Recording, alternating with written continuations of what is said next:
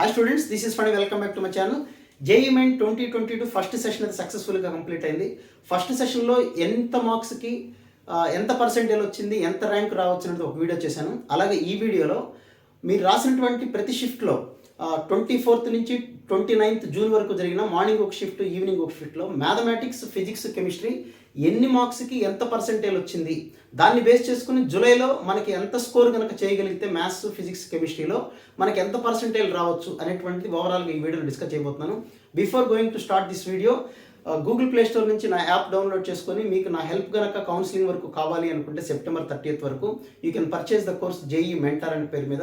Advance రాస్తున్న students అందరి కోసం అడ్వాన్స్ మ్యాథమెటిక్స్ క్రాష్ కోర్స్ సంబంధించి ఇంకొక కోర్స్ అయితే స్టార్ట్ చేయడం జరుగుతుంది జూలై 30th నుంచి. ఆ కోర్స్ కూడా మీరు కావాలంటే పర్చేజ్ చేసుకోవచ్చు. So now coming to the point, ఇక్కడ రాసిన అన్నీ ఏంటంటే 24th, 25, 26, 27, 28, 29 6 days పాటు మీకు ఎగ్జామ్ జరిగింది. మీ అందరికీ తెలుసు. మార్నింగ్ ఒక షిఫ్ట్, ఈవినింగ్ ఒక షిఫ్ట్, 2 షిఫ్ట్లో ఎగ్జామ్ జరిగింది JEE మెయిన్. ఇక్కడ నేను రాసింది 99% మార్నింగ్ సెషన్లో ఏ సబ్జెక్ట్కి ఎంత కట్ ఆఫ్ అంటే 24th జూన్ రాసిన మార్నింగ్ సెషన్ రాసిన వాళ్ళకి మ్యాథమెటిక్స్లో 46 మార్క్స్ వస్తే 99% వచ్చింది. ఫిజిక్స్లో 75 మార్క్స్ వస్తే 99% దాటింది.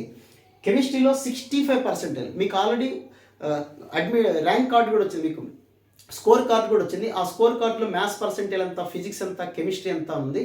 ఎంత మార్క్స్కి వచ్చిందని చాలామంది స్టూడెంట్స్కి తెలియదు.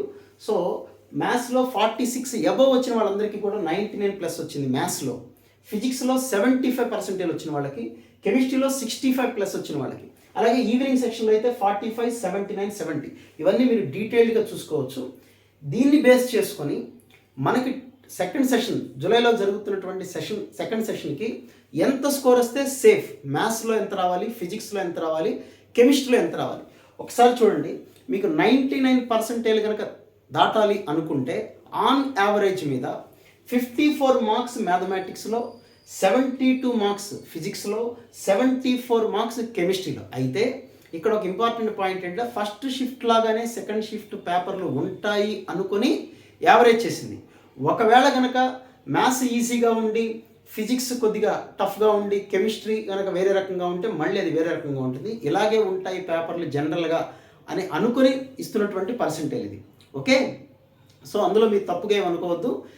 ఇలాంటి మోడల్ పేపర్లే కనుక దాదాపుగా వస్తే అప్పుడు మ్యాథ్స్ 54, ఫిజిక్స్ 72, మ్యాథ్స్, కెమిస్ట్రీ 74% కనుక దాటితే, మార్క్స్ దాటితే, అంటే ఓవరాల్గా టోటల్గా 140, 190 అరౌండ్ 200 మార్క్స్ కనుక దాటితే ఖచ్చితంగా మీరు 99%లో ఉండబోతారు. ఇంకా ఎక్కువే ఉండొచ్చు, 99.23 అలా ఉండొచ్చు.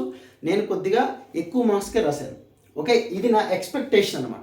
అలాగే 98%, 39 మార్క్స్కి 67 ఫిజిక్స్లో, కెమిస్ట్రీలో 56 మార్క్స్ వచ్చిన వాళ్ళందరికీ కూడాను జూన్ సెషన్లో 98% దాటింది.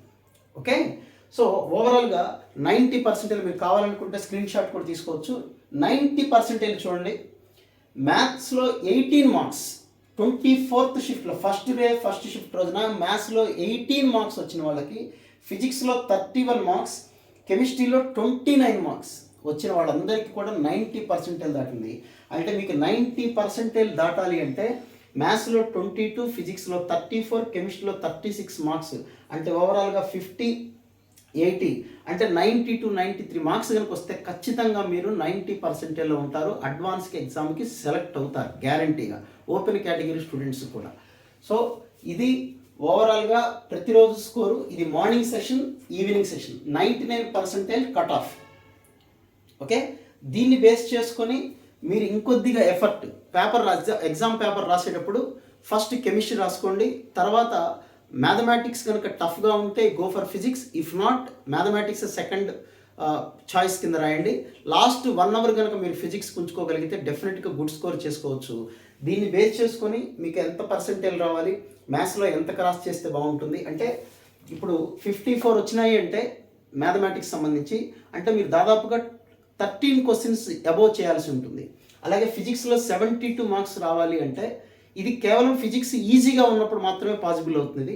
అలాగే కెమిస్ట్రీలో చూడంటే ఫిజిక్స్ 18 క్వశ్చన్స్, కెమిస్ట్రీ 18 క్వశ్చన్స్ దగ్గరగా చేయగలిగిన వాళ్ళకి 99% అబోవ్.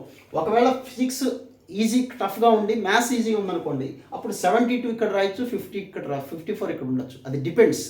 సో ఓవరాల్గా అయితే ఇది నేను అనుకుంటున్నటువంటి యావరేజ్ అయితే. సో ఈ వీడియో కనుక మీ అందరికి నచ్చినట్లయితే మిగతా ఫ్రెండ్స్ అందరూ కూడా షేర్ చేయండి.